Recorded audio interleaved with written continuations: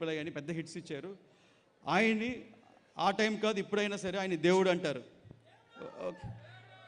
ఎంజీఆర్ని ఒక దేవుడు అంటారు. ఎందుకంటే ఆయనతో పనిచేసిన వాళ్ళు, ఆయన వల్ల బాగా ఉండిన వాళ్ళు ఇప్పుడు కలిసినప్పుడు పెద్ద పెద్ద ఆర్టీఓస్, జడ్జెస్ వాళ్ళందరూ కొన్ని రకరకాల స్టోరీలు చెప్తారు. ఏంటంటే ఆయనకి ఎవరైనా ఎదురు వెళితే వాళ్ళు ఏ అడుగుతారో బ్లెస్సింగ్స్ లాగా ఇచ్చేస్తారు. సో ఆయనకి పిల్లలు లేరు, బట్ ఆయన మొత్తం తమిళనాడు స్టేట్ని ఆయన సొంత పిల్లలాగా ఓన్ చేసుకొని ఒక డెకేట్ రూల్ చేశారు.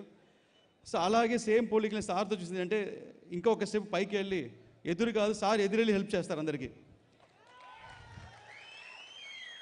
సో మన ప్రాబ్లం ఆయన ప్రాబ్లం అనుకుంటారు.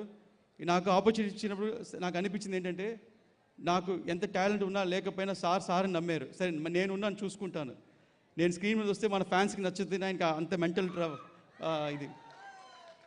దానికోసం fight skills and physical strain. ఇటు షూటింగ్ స్పాట్కి వచ్చిన తర్వాత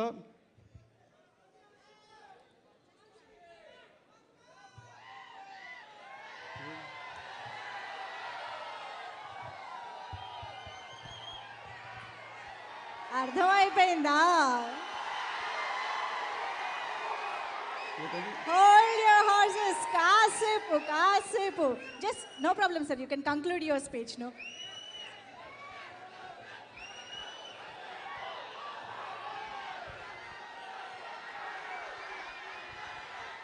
ఈ స్టేట్కి రాకూడదని సార్ నాపారు.